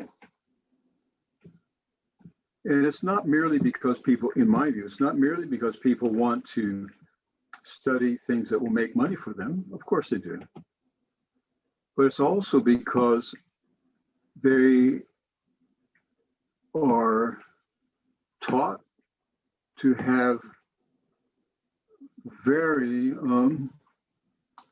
suspicious attitudes toward those in the past. I think I've mentioned toward the end of my teaching life, and I think maybe contributed to the end of my teaching life. I had a student, the first paper was assigned on Aristotle, and the student wrote back, I don't know what I need, what I can possibly learn from an old dead white man like Aristotle. That, you know, that was the time I thought, well, you know, maybe it's time for me to do something else. But that attitude that the worthies of the past were so flawed that we can't learn anything from them, I think is a very dangerous thing. Now, balance is really important here. One should not overly emphasize the situation. You know, we want to be clear about what's going on, but we don't want to be hyperbolic about it. There's nothing inevitable about any of this, but there have to be communities who believe that what is the case actually matters. And I think Christians should be among them. So thank you. Thank you. Thank you, Rodney. Did you want to follow up with that, Rodney, or? No, but thank you for that response, David. I'm always trying to extract or distill what our excellent speakers say and apply it in a very contemporary sense. You know, I probably have about 10 years of life left to live, hopefully, is how do I navigate that 10 years of life in the real world that I live in? How do I think and behave and act and speak to others? And that's what I'm trying to do. I'm trying to gather from what you said is, where is it around me? Where is it in my life and my world? And that's what I'm attuned to. Well, I think the first thing we need to do is to try to be truthful persons ourselves. To increasingly find it able, it's not easy, to speak the truth in love, and not to be content with being uninformed, and not to be content with shielding ourselves from the facts. But the place for us to start is with ourselves, to be truthful persons. And it doesn't take many people to make a difference. Okay. But my main point is that this negative, these sometimes negative outcomes are by no means identical with postmodernism. There are other forms of postmodernism that are actually quite helpful. And thus, stay open, read, learn, be hungry for information, be honest. Yeah. Okay. All right. Thank you, Rodney. I'd like to go to Karsten Thompson. Karsten, and unmute yourself, and there you go. Yeah, I'm here now, I guess. Yep. Sitting on the other side of the puddle in Copenhagen, Denmark. Oh, okay. So David Larson, I asked when I applied for membership in the August Society here, whether I would be admitted based on works or in grace. And he basically says, works, of course.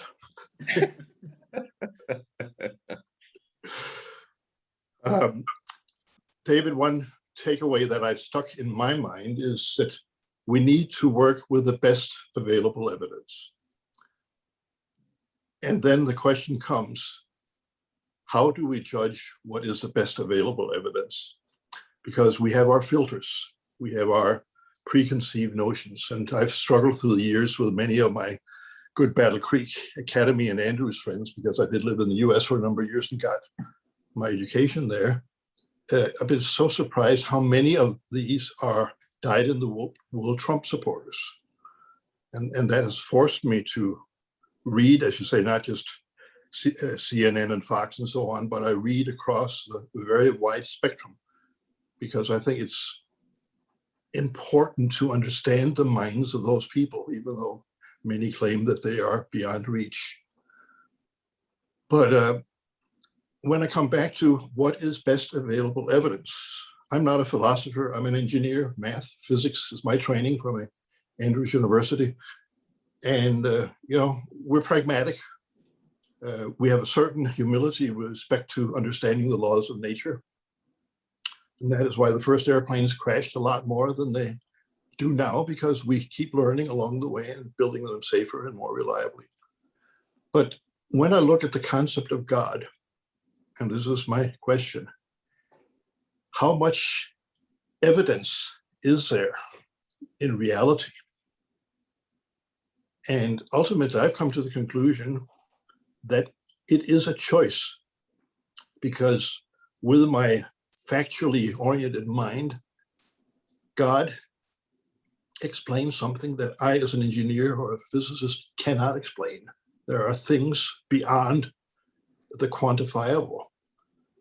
And then I may be accused, like the atheist says, that, well, the Christians, they just create God in their own image. And I think to some extent there is a lot of truth in that. I think God in all cultures and societies is created to fill that vacuum of the stuff that we don't understand.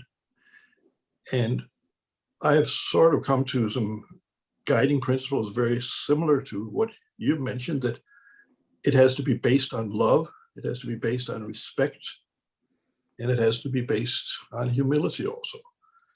And I think what we're fighting about is not just a question of who is right, because when I talk with one of my Battle Creek associates who's a medical doctor, very skilled, competent person, and I said, have you retired yet? And he said, no. And I said, why not? Well, I'm afraid that we'll get a communist government and they'll take all our money. So the fear of totalitarianism exists on both sides of the spectrum. And as you say, David, that can lead to violence. But where do we stop in looking for evidence and then to make the leap of faith and says, yes, there is a God? Well, thank you for your very helpful reflections. And it's good to hear from someone who's an engineer about these matters.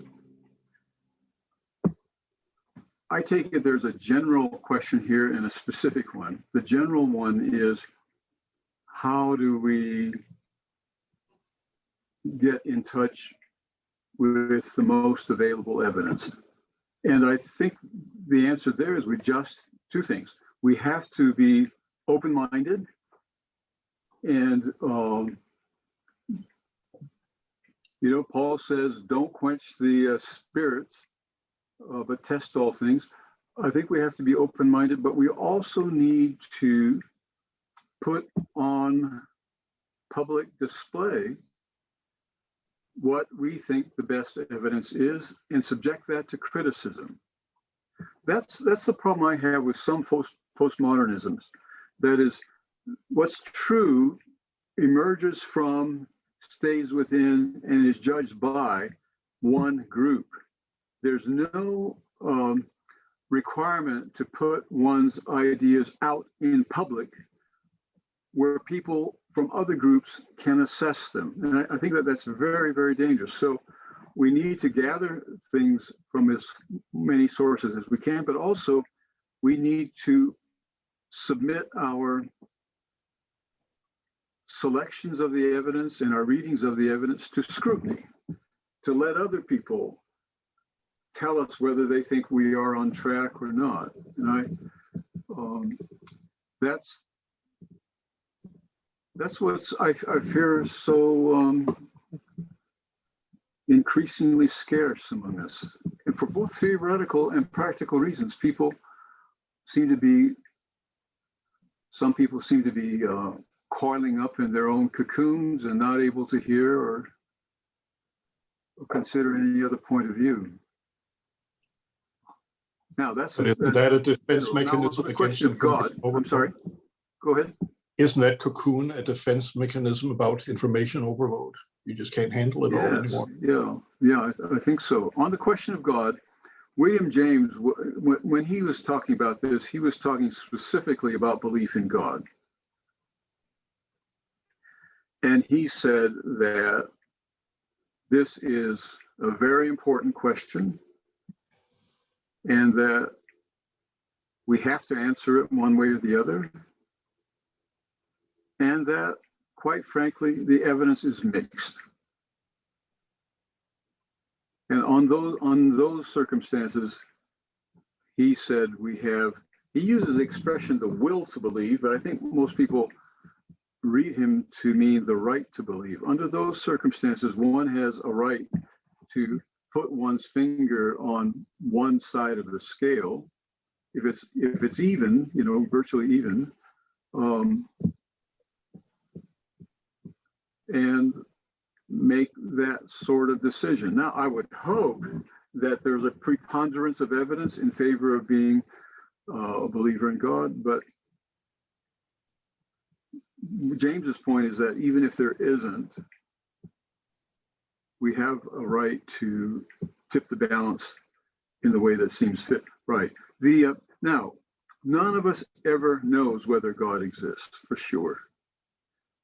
What we can do is to decide to live as if the God that we find most clearly manifested in Jesus Christ actually exists. Or we can live as if that God doesn't exist.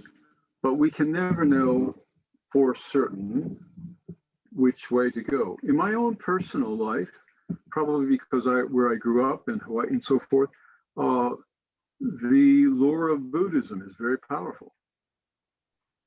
And it's comes down to the basic difference between thinking that the world is, that the suffering of the world is intrinsic and inevitable on the one hand, or that the suffering in the world is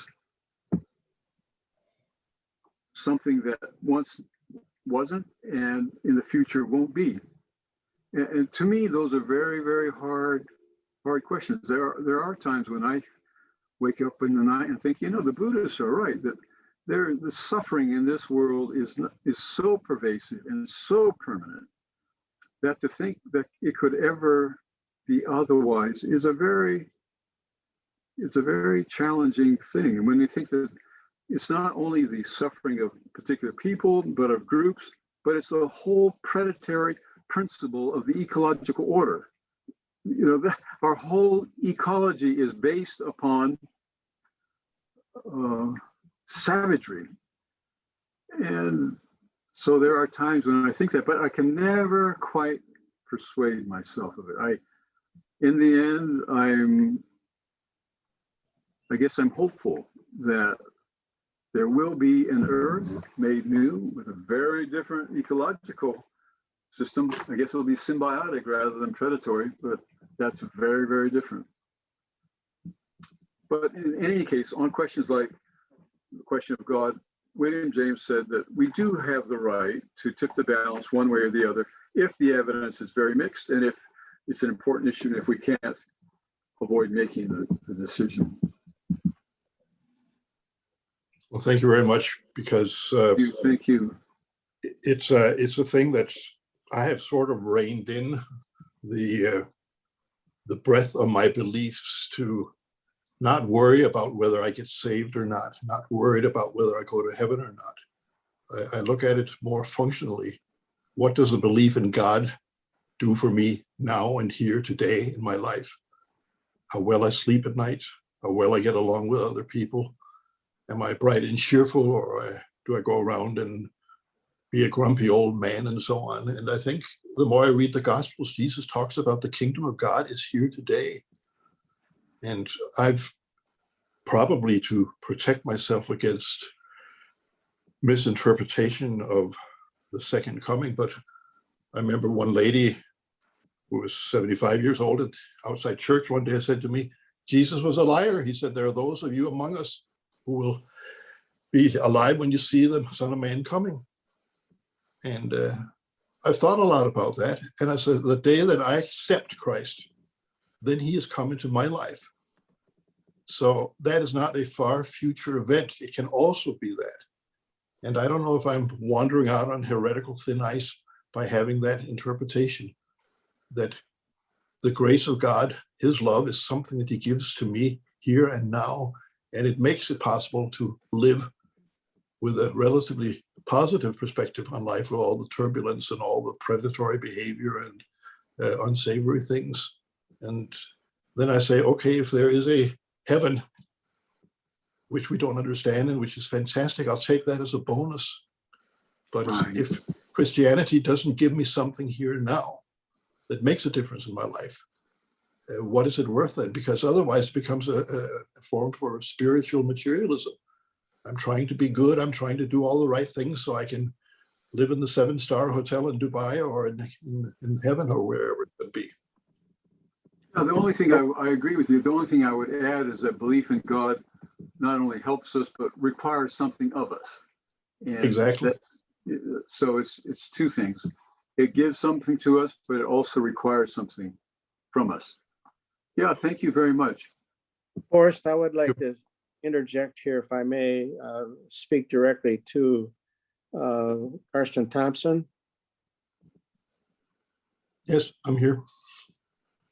Karsten, you speak the truth as you did when you were in the 7th grade at Battle Creek Academy. You've not changed at all. It's so good to see you. And you spoke somewhat indirectly about what I think we all believe, and that is in understanding and accepting and believing in Jesus's earthly revelatory ministry. In my opinion, it's the very best example of who God is. That comes to mind. And then my precious father-in-law, undereducated, but a tremendous man in many, many respects, would always end his prayer of appreciation for the dinner meal or for the lunch meal or whatever. He would say, "And keep us in the truth. Amen." And I thought a lot about that. I think that probably he was saying that back in the day, the 50s, late 40s.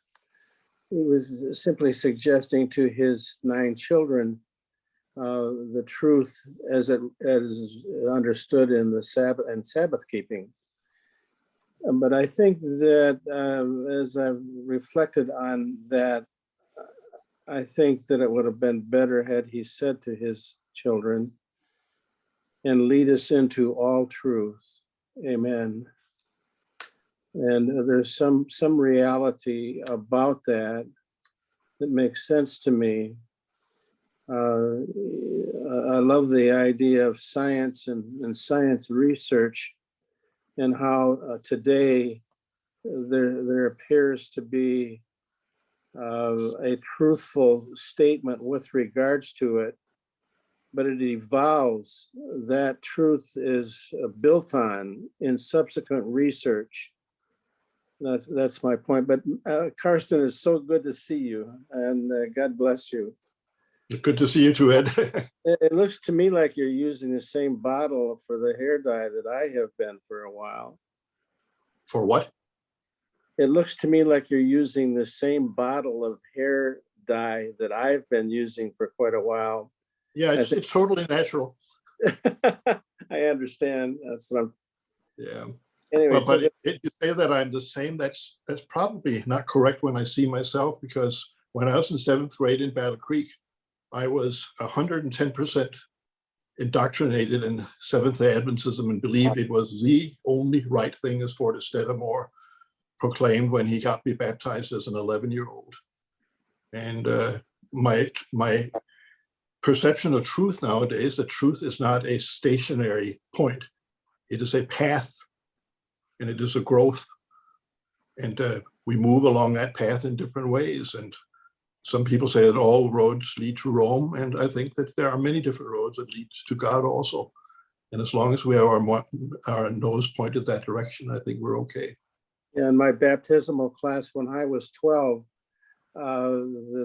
the pastor who led out in the class inadvertently, covertly, or not so, would suggest that baptism within the Seventh-day Adventist Church is a prerequisite for eternal life. And so I accepted that. And subsequently, throughout my life, I've attended quite a few evangelistic events by Adventist pastors, and the same thing happens time and time again, where it's either directly suggested or not so forward, is to suggest that baptism within the Seventh-day Adventist Church is a prerequisite for eternal life. And I've, like you, I have I have progressed to a better truth about all of that. Thank you, Bud. Thank you, Karsten. Thank you. We won't hold that against you, Karsten, that you know Bud. So, Well, you know, we all have our weaknesses and so on, but they used to call me the freak from Battle Creek. okay. All right. I'll go to Peter now. Peter? Technician, unmute you.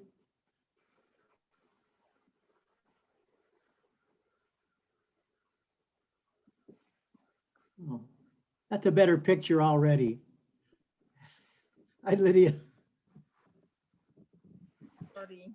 There you go. I think you're okay now.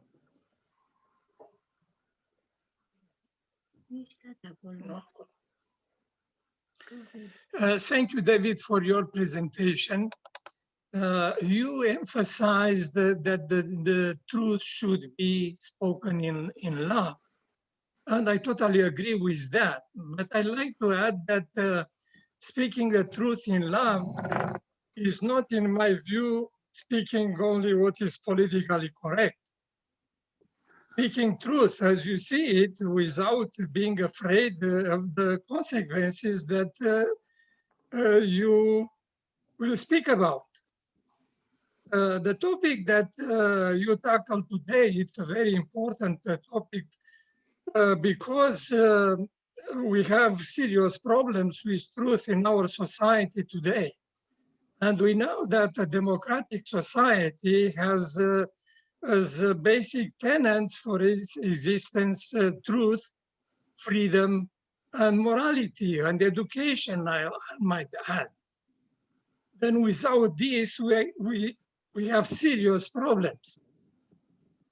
I'd like to refer a little bit to a few of your statements. First of all, you mentioned that you gave example of January 6th, that it was created by Trump's false statements that he lost the elections because they were stolen from him. And you didn't mention anything about the Summer of Love in the 2020, which it was a very serious problem. We have burning and stealing and destroying property and killing people, and in many cities. And I was wondering why many people try to avoid talking about this thing, because it was a major thing that happened. It's talking only about January 6th.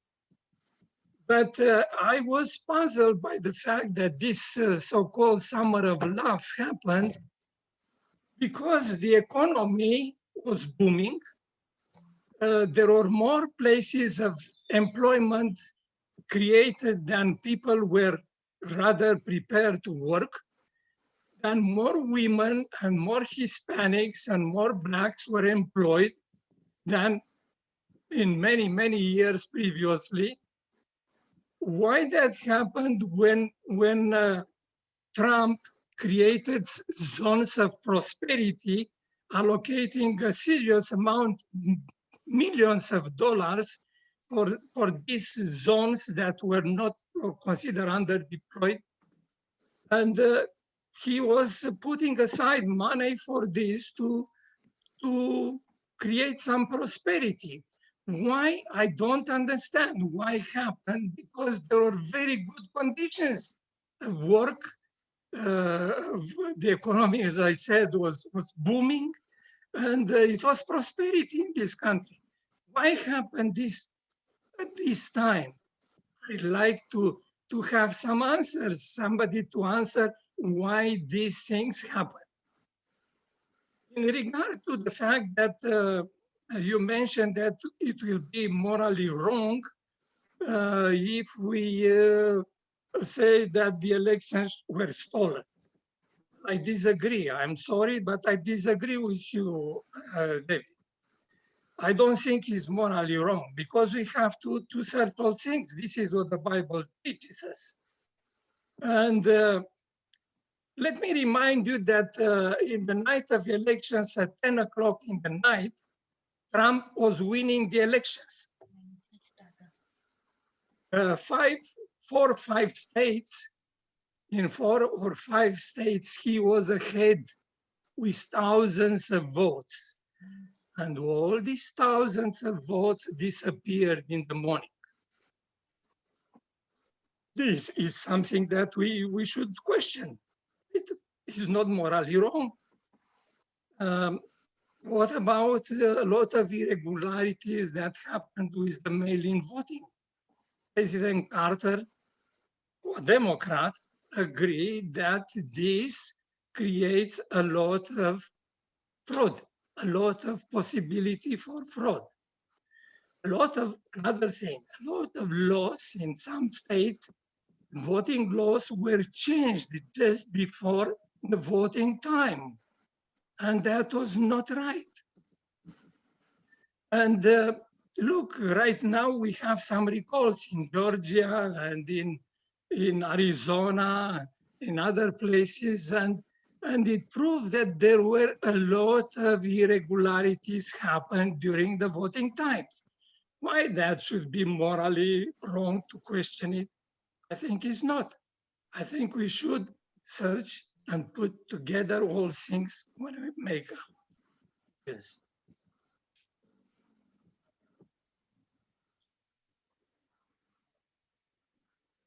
Well, thank you, Peter. That's, as usual, I'm very sorry, I'm thoughtful sorry. and penetrating. And Sorry? then may I add something else? You started your presentation with Oh, yeah, go ahead. Newsom question, why that happened in America? Well, he's supposed not only to ask the question, but he is the governor of the state, and he's supposed to give some explanations why that happened, because there are reasons for that happening. Okay. Let me see if I can respond in an organized way here. One, I agree with you that we need to speak the truth in love, even when we're talking about these very contemporary and issues where we might have differences. On the so-called summer of love, I believe that's one of the places where Mr. Biden fell short most obviously. I think he should have been out earlier and stronger in denouncing that violence. That when one of the mayors of one of the cities was planning to move out of the condominium he was in, so that those who were wanting to torch it because he was in there and he wanted them to be safe, I thought that was just, way, way beyond. There's absolutely, I shouldn't say absolutely. There is,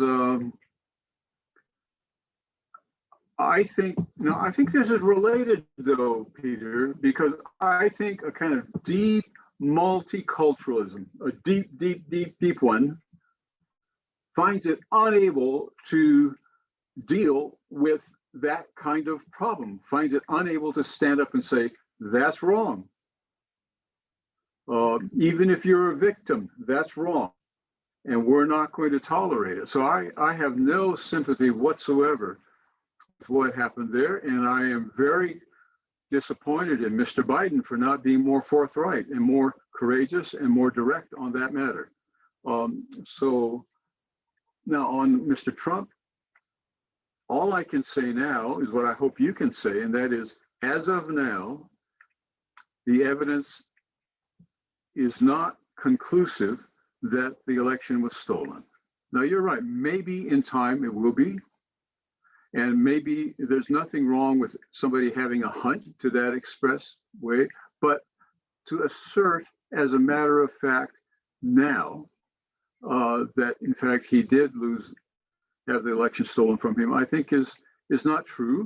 All the evidence we have now from the courts and the legislatures and so forth suggests that the election was not stolen from him. So I have no reservations about somebody who said, well, let's keep an open mind, let's keep counting things, let's keep reviewing things. But I do have a problem when people say the election was stolen. We can't say that at this point. Now, what else did I want to comment on? Well, more generally, the economy. I think the economy is one of the things that Mr. Trump should get some credit for. I think that it probably benefited people in his economic class more than others, but unemployment was at an all-time low. And I think it's arguable that had COVID-19 not come, Mr. Trump would have won by a landslide. But I think COVID-19 hurt him a lot, and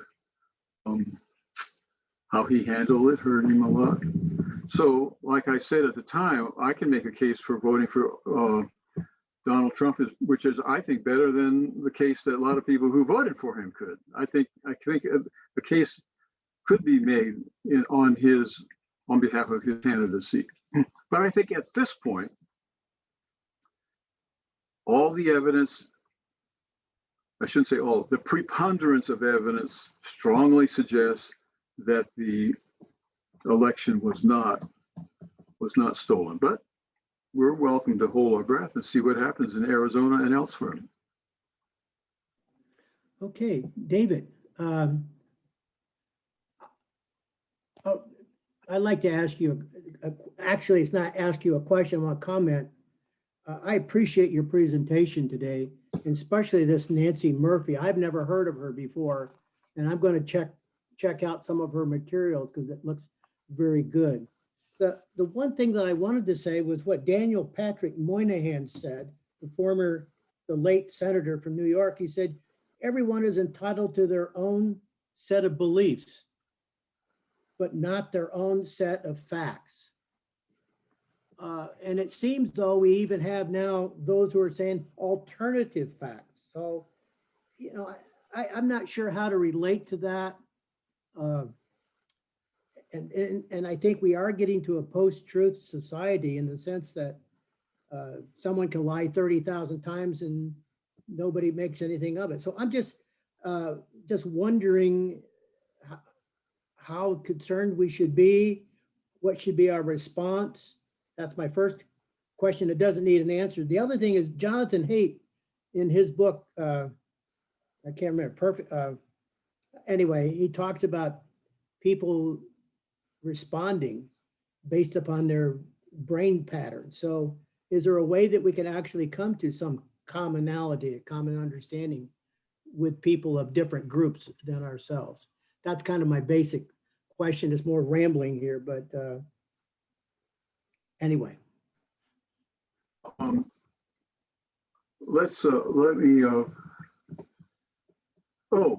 The comment on having different facts. We have our facts and you have your facts. I think there's a way in which that could be truthful and valid. That is, if that means we're looking at this portion of the evidence and you're looking at that portion of the evidence, therefore we're seeing different things. I don't have any problem with that, except to say we ought sometime to look at both sides. But if they're saying that the evidence that they have is not part of the evidence, but the whole of it, we have a reading of the evidence that is complete and comprehensive. We're not saying that we know partly of what the case is. We're saying that we know wholly what the case is. When that expression, we have our own facts, is used that way, it is a very, very dangerous thing. Very, very dangerous thing. Now, how can groups who differ greatly get along? I think the answer is that they belong to a larger group to which they all have loyalty. If there's this group and that group and a third group, if they all belong to some larger group, like a nation or a church or professional organization or something, their loyalty to that larger group to which they all adhere provides a way of helping them to continue to work together despite their differences. But there will be differences that are not resolved. Yeah. Okay. I That's need a to very good go answer, here. David. I'm sorry. That's a very good answer. I'm going to I need to go here pretty soon. Is that about it? Yeah, right, it's 1 for- o'clock. No, I do have a couple hands up, but it is 1 o'clock. And I didn't know if you wanted to take them or, no, okay. He says no. Karsten, did you have a quick comment? Because we're at a 1 o'clock hour here in the West Coast. You're muted.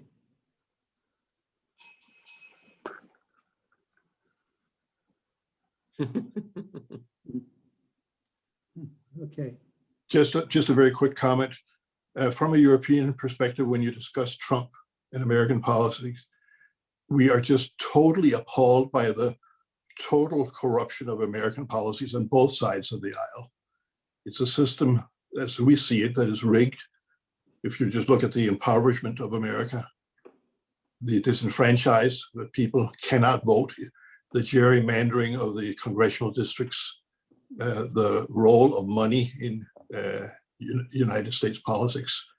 I can only say that they're equally guilty on both sides of the fence.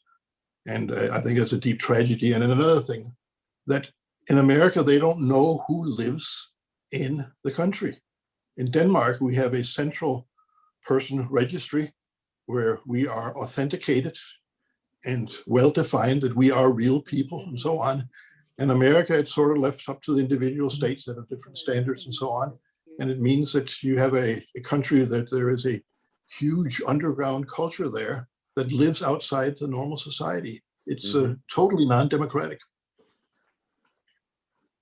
There you go. Okay, thank you, thank you. Well, David, I'm coming to you. You make the decision. I think we are all, I think this is a dark time in the life of the United States, in that we're not being challenged so much by those from the outside, but we're being challenged by our own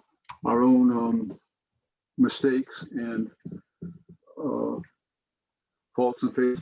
Well, let's call it quits, and we'll be back next week with Matthew Cortman. Dear God, thank you for this day. Thank you for these people. Thank you for the rest of the Sabbath. Help us to enjoy it and help others to enjoy it too. We pray in Christ's name. Amen.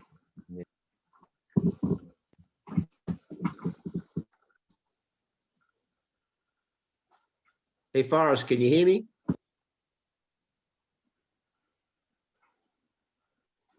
I can hear you. I can hear you, Rodney.